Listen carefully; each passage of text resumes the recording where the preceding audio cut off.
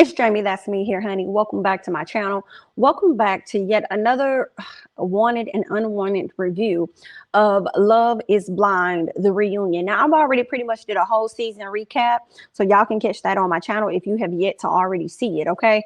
Now, please know I hated this season. I'm sorry, okay? I've said it before. I'm going to say it again. Really hated this season, but I figured I'd go ahead and come back to you guys and just chit-chat real quick about the reunion, all right? Understand, the main reason I watched the reunion was for Jared and Ayanna, okay? Those are the only two. That's the only couple that I really care about for the most part.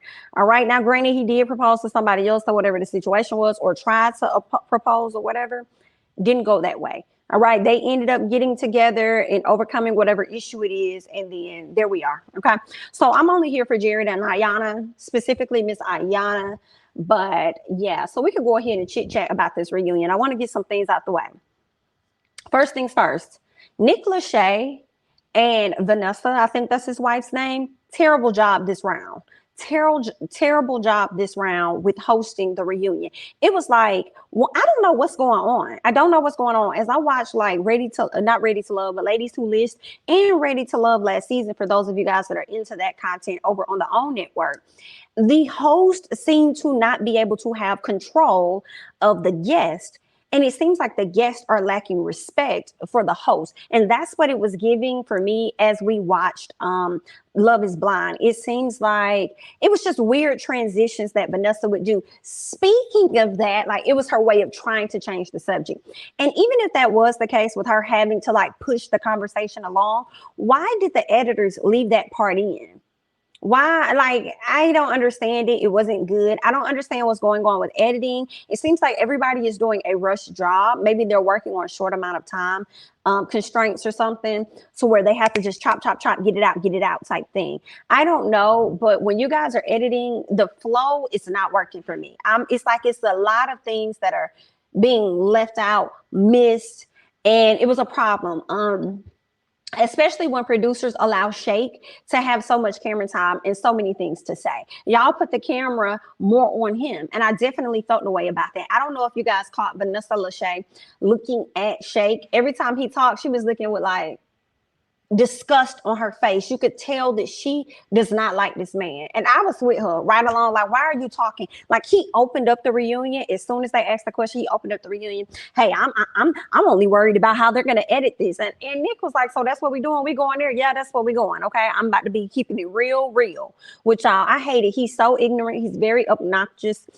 He acts as though he's unfazed, and nobody's going to tell me that Shake doesn't go home and really think about himself and wish that he could change. I feel like he doesn't even know who he is. He's really not confident in whoever he is. So he tries to put on this, I don't even know if I would say a caricature or image or whatever it is. He puts on this persona of who he wants us to see to come off as though he's so confident in this and that. But honestly, what we see is a man that's insecure and doesn't know exactly who he is. He's still learning himself. Okay, so he got a lot of fucking work to do. All right, poor baby, honey, poor baby. Let me see what else ended up happening here. Let me just check out. I may not go in order of some of the things that took place, so let's just go through it and see. Yeah, so the cast hates Shake just as much as we hate Shake. Okay, so there's that. I talked about when Nick and Vanessa opened up the floor for people to express what they were most nervous about. Okay, he decided to chime in and talk about he's nervous about it being how it was going to be edited. Okay, so this is the first conversation of the many times that he actually interjected and inserted himself in other people's conversation. It was like Shake wanted to be the highlight of the show. He wanted to be the most important person. He wanted it to be the Shake Showdown. That's what he wanted. And it was so much of a problem for me. It was highly irritating. Shout out to Jared, because Jared and Nick, I have to say, Jared was ready to go there. Like, if you want to throw them hands, we can type energy. Nick called him out right out the gate. And I really appreciated Nick for checking him in that manner. Okay. Nick just pretty much went off about his mental, how he sees things and how he thinks everybody goes along and agrees with everything that he says, like he's always right. And he's not. And then Shake's like, well, that's really not the case. Like, some people do agree with me, and like, you can't tell him nothing. And I don't see how people can be friends with, or hang with, or maintain conversations with a person like Shake that doesn't see any error in their ways. And when you have a conversation with him, he strikes me as the person that gives you the answer. But I know, I got it. I know. All right. I know. I already know. I like those type of people that already got the answer all the time. You can't get through to them. Okay, so he has a lot of work that he needs to get together. Let's talk about Kyle and Natalie, okay? Because it seems like Kyle didn't really realize the extent of Shane and Shayna's like connection, right? So Natalie, what do we have here? Natalie was left out of the loop about her ex-fiance's relationship with Shayna by both parties or whatever. So most notably, she was never clued in to Shayna's surprise conversation with Shane before he popped the question to Natalie. Okay, so Kyle didn't know anything about her wanting to go over. So first of all, Kyle proposes, and we already noticed he proposed to Shayna. He gave her his mom's ring, which was so out of the loop for me, which I think should not have come at that time. Maybe at a later time as he got to know her, I felt like that was too soon. And even after she accepted the proposal, when she really wanted to be with Shane, Shane didn't want her. Even after she accepted the proposal, she turned around, go back into the room to try and make amends or get some type of relationship off the ground with Shane. But Shane was like, girl, you should have been told me this. Like, I'm sold on who it is that I'm going to be with. I don't want to let her down after I already told her what it's going to be. Okay, so there's that. What else ended up happening later on? We saw where in the actual season where there was a conversation that happened between Shane, Shayna, and things. You know, she kind of said a lot of negative things that she should not have said. And Shayna ended up actually apologizing. Okay. Shane says the shock of Shayna coming back to him after 2 days, because they didn't talk for like 2 days. So the shock of her coming back when he was supposed to be proposing to Natalie was something that actually bothered him. And of course it would kind of mess with your head when you don't know what to do. And I feel like Shane kind of made a good point when a lot of people was giving him flack for things. He was like, y'all got to understand, like, what it's like being in those pods, and when you're not talking to a person every day and they just stop talking to you. Like, people have to understand where he was coming from his standpoint. It did kind of mess up his head a little bit. So when he kind of broke that down and explained it, I understood where Shane was coming from. Based on him being in the pods and what all was going through his head in the short amount of time. Like, he just had a lot. So I understood that. Right. So Shake thinks that Shayna only agreed to Kyle's proposal for airtime. Now, as much as I can't stand Shake, I agree with Shake on that. I agree with him on that. Shayna admits that she should have said no to Kyle in the pods. Yes, you should have. And when Kyle even called her out about that, about knowing that she was really there for somebody else, wanting to extend her airtime, or however Kyle ended up checking her, she tried to say, oh, so you're telling me how I feel, or you're telling me this. She tried to kind of like flip the conversation, knowing that everything Kyle was telling her was 1000% right. Okay, what else ended up happening?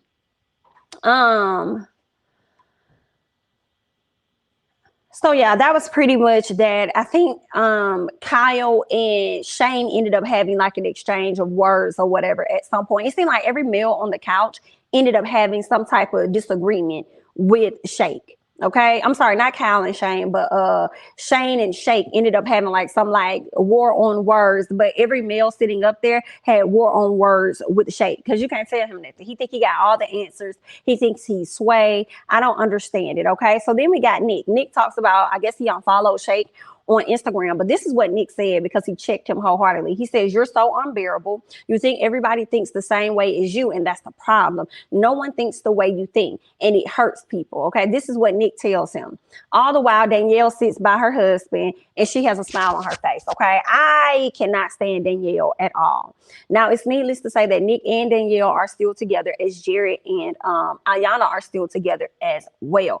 I don't know if Miss Danielle has grown. I think they tried to say that she has grown from the time that she's seen herself on TV and all this other stuff throughout their relationship, but I don't believe it. I think they still have their heavy ups and downs.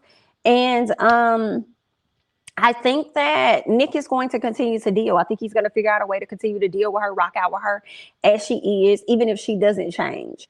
I mean, I don't know if and when he'll ever grow tired of her, but I cringe and hated to see them together because I feel like she needs to, do more work on herself. But if you have a man that can deal with her, then I guess, good luck.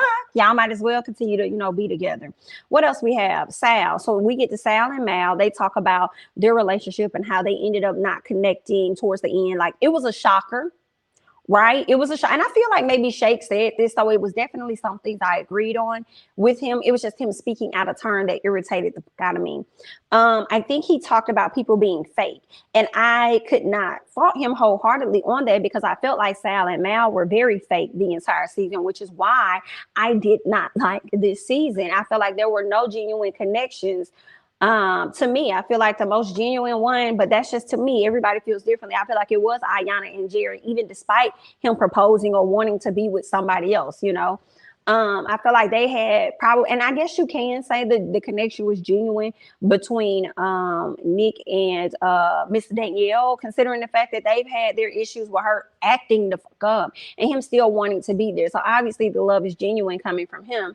So it was what it was, but everybody else, I was just disappointed. I thought more couples probably were going to get engaged, or at least like couples would still continue to date even if they chose not to get engaged. But I guess, love ain't blind for everybody, girl. It's blind for some folks, but not everybody. So Mal and Sal, the reason why I felt like they was fake, because I thought the entire time they was really into each other, even though I knew Mal really wasn't all the way there with him, even though she fronted and faked like she was, and him continuing to sing to her. At first it was cute a few times, but as he kept doing it, it's like, okay, now you're annoying. Not every time you're finna sit up here and sing, baby. Like, I don't want to hear that shit all the time, but I guess, she acted like she was crying every time, only for them to get to the altar and for him to say no. All right, he was the one that ended up saying no, and I think she was kind of relieved, to be honest, but if he would have said yeah, she would have said yeah. Right? Not to make him look stupid, but overall, I don't think she really wanted him. So when it came down to their segment, Sal talked about the conversation that Mallory and Jerry had and how he felt like it was disrespectful. And I agreed with him. And how Ayanna had to go back and watch the show play back, and how it was kind of hard for her and tough for her at times. She and Jerry didn't even watch the show together, but they definitely had conversations about different things, okay, as they watched the show. But when Sal called out Jerry for being disrespectful and having the conversation that he had with Mal, Jerry actually acknowledged what he did wrong and how the conversation, was a long conversation that should have never happened, especially when it came down to him talking about that ring. He said, I should have never said anything about your choice of a ring. If that's what you wanted to get her, it was what it was. Like, it wasn't a bad ring, okay? It wasn't at all. It was an inappropriate joke, okay? And he ended up apologizing for that, saying that he was a man and he could apologize for that. And he also turned around, Mr. Jerry also turned around and apologized to Ayanna as well. He gave her an apology, and I respected it, appreciated it, said he never wants to embarrass her like that ever again or anything like that. So I definitely appreciated him, apologizing. And it seems like they are past that particular space of where they were. Okay. They're not staying in that space of the things that he said on television and that little intimate moment he had with Miss Mallory, girl. So they have moved forward. Sal seems like he's still disappointed. He's still hurt. And I think was it Sal or Mal? I mean, Sal, no, Kyle. It was Kyle. So at some point, Kyle says that he should have chose Deep Tea instead of choosing Shayna, because the conversation came back around for them and he was talking about how phenomenal and amazing Deep Tea is. And I'm like, are you just saying that to say that to get brownie points, or do you genuinely feel that way? Because if you do, why not go ahead and ask her out right now if she wants to, go on a date or whatever? But it was something off about this season, y'all. I don't know. I hated the reunion so much. Like last season, maybe they had more couples or something. Like when they did the reunion last season, it seemed like the girls were on the couch or something, the guys were behind them. Like the whole setup was completely different. I don't know if they had an audience or not. It was the lighting on the set. They just did the damn thing when it came to the first season. The second season, it was all right. Actually, it wasn't that great. If I'm comparing it, it wasn't great at all. It was terrible. But if I'm looking at the season by itself alone, it was all right. I did not like the reunion setup. I hated it. Why is everybody sitting on the couch together, so bunched up on each other? Like, y'all should have spread it out, especially during the time of a pandemic when this virus technically hasn't gone anywhere, even though people are not talking about it and they are now lifting restrictions. Let's be clear, right? I feel like they should have had some people on the couch, some people behind the scenes. Shake should have been one of the people that was behind the scenes, like behind the couch, okay? Have the main people in the front, other folks behind. Like, they should have just did a very, very different setup than squeezing everybody on the couch together. Like, it just looked like the reunion looked uncomfortable to see these people sitting amongst each other, and just uncomfortable in general with Shake interrupting, other people interrupting a conversation that Shake had, or no, Kyle asked, which made a lot of sense. Who was the person that set up Shayna to come into the room to have a conversation with Shane to see if she could get him to change her mind? So when you do that, and I'm wondering, we know it was the producers. We know it was the producers trying to create some type of drama. But what Vanessa did was say, okay, and speaking of, so she starts to change the conversation to something else. And that's another thing that made this reunion so terrible, was the way that they edited it. Why did we need to see that? Why did we need to see hosts not wanting to talk about certain topics that were asked? Y'all should have just not even had that part in there. Y'all should have just cut that piece out. Like, it was just terrible. Like, do a better job. What else we got? Nick and Danielle, they talking about they've been building their communication skills in couples therapy. That was something we learned. They're in couples therapy. I hope it's working out, girl, because Miss Girl is annoying AF. Nick says he learned that whenever the couples face a problem, he goes into fix it mode and he just wants to fix it. And sometimes she just wants him to understand how she feels, and not so much as to just not go into like fix it mode. But I feel like, from what I heard from couples therapy, I'm hearing more about the changes Nick was making, but I don't think I heard anything about the changes that Danielle was making. So yeah, here we are. Good luck. Let's move on. So Shane sees himself as a sex addict of the show. What? So when he makes the particular joke about Danielle and Nick breaking their furniture, Shane laughs, references his edits or whatever like that, which often show him talking about his sex life and asking Shayna what she was wearing. Okay, so they kind of touched on that, and this was weird because when they talked about Shayna and Shane's connection after Shane and Natalie broke up or whatever, Shayna was giving him this look like, it was very weird. It was weird because you could tell that Shane was trying to avoid having a conversation about Shayna, right? They've been in conversation from what I heard, but they haven't been seeing each other and stuff. But I feel like they have, which is the reason why Shane did not want to talk about it. Whereas Shayna was kind of looking like, oh, so you don't want to claim me? What's that about? So you don't want to, what's that? But I feel like Shayna withheld what she really wanted to say because she didn't want to be judged by the general public or whatever. That's what I feel. She didn't want to be judged by the general public, and she didn't want to hurt Miss Natalie's feelings more than what she's already hurt them. So she was very delicate and just said, we've been in conversation, but it's nothing like that. We haven't gone on any dates or anything like that. Just lying. And her face was giving it away. And let me tell you how we know you're a bald-faced, bald-headed lie. Miss Natalie was the way that you sat up there and you lied and you acted like you never said some of the things that you said to Natalie. Okay? When Natalie fronted you on some stuff that Shane told her that you said, she called you and you lied and did. Girl, you're a liar. Simple as that. Just like you sat up there and lied and said that your religion is very important to you. And you don't want to date somebody like Kyle. Lied like you sat up there and accepted that engagement ring knowing that you didn't want that man. So Shayna, not Shayna, but Natalie, Shayna. Shayna, girl, we know that you're a liar. So that's just that. What else? Sal and Mal, we heard that they gave it a second shot, although Sal said he didn't want to do it. They gave it a second shot, but at the end of the day, they just realized that they're just not in the same place. And what was interesting was that Sal didn't want to bring up or speak more on their situation. Okay. He didn't want to bring up too much knowledge of what was going on. So I don't know. I feel like it's because either Miss Mal had somebody else on the side that she was continuing to talk to, continue to kick it with, or he had somebody else to pop up again from the side that he was dealing with and kicking with. So I feel like they both were not 100% all the way in because they weren't all the way in to begin with. So I guess it's okay to give it a second try. So now y'all know for sure that y'all just not it. So let that go. Okay. What else? I can't remember what Shake said. Shake had some type of opinion on Mal and Sal's relationship. I cannot remember what he said. I feel like that's probably when he called them fake or something like that. And that's when Natalie ended up chiming in saying something like, who are you to provide that reason? And Shane argues with him and says he just does not want to air out there. Oh yeah, because he didn't. I think Shake spoke on the fact that Sal did not want to open up about what really went wrong with him. He didn't want to, speak on that. And so he gave whatever reasoning that he felt was necessary. And that's when Natalie was like, well, baby, how you going to say that? And then that's when Shane spoke up and said, listen, they just don't want to air out their dirty laundry. Like, it is what it is. Like, let it go or whatever. And that's when we ended up seeing more people pouncing on him. And then we ended up seeing Jared getting into the conversation. So there's that. When it comes down to like Shake and the things he had to say about Deep T, he was not remorseful, did not care anything about it. Deep T had to let him know, like, first of all, you're lame. Second of all, you're a fucking joke. Third of all, you're disrespectful as fuck because I invited you into the lives of my family. I let my family meet you. And then you go on to this public platform and say some very disgusting things about me. You are a fucking lowlife in so many words, but he didn't care, right? He didn't care. He didn't care, girl. It was what it was for him. He wasn't changing his opinion. He didn't care how nobody saw him. He didn't care whether people liked him or anything like that. None of it mattered to him. Okay. What else? I think I don't know what Nick said. Nick tried to check. First of all, this was my issue with Nick too. Nick let Shake get away with talking to his wife any kind of way and not checking him immediately.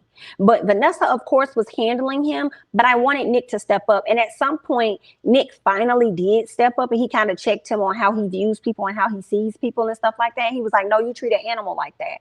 You don't treat people like that or something like that. So he ended up kind of like snapping off on him. And I appreciated that. But then what was crazy was Shake talks about how he's not attracted to anybody up here but Vanessa Lachey. And Vanessa was pretty flattered, as much as she was disgusted because she didn't like him. She still was flattered by it. But the reason why I feel like he was attracted to her was because she snapped on his, and she was just not really snapped, but she was pushing back on him, like getting him together. And Shake kind of likes that. All right. He kind of likes that because I feel like Deep T don't look that much damn different from Vanessa. So why were you not attracted to her? You're a clown. Okay, you're a damn clown. I hate it. And let's be honest, girl, he only date white women anyway. So I'm surprised that he was attracted to Miss Vanessa, because I don't think she's 100%, Caucasian. I would have thought Shayna would have been more of your type than anybody once you saw him, or maybe even Danielle. But I could not stand him. Anyway,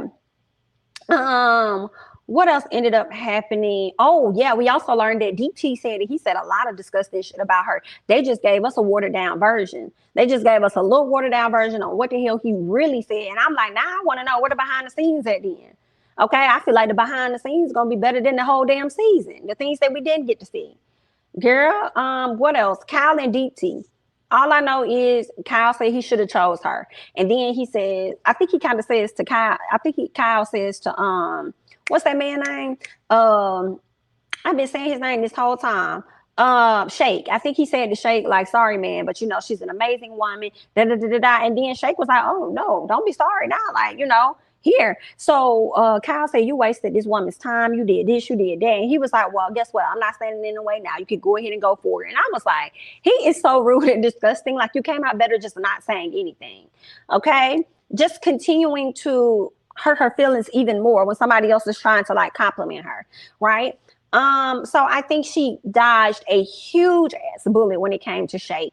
Because yeah, I feel like if she would have married him, he would have used her, make her feel low about herself. She would have went through a lot of things mentally, feeling like she needs to change so many things about herself to fit his particular description. And no matter what she would have done, she would have never been good enough for him, okay, because of whatever his standards are, whatever's going on in his own psyche. So I feel like she dodged a huge bullet.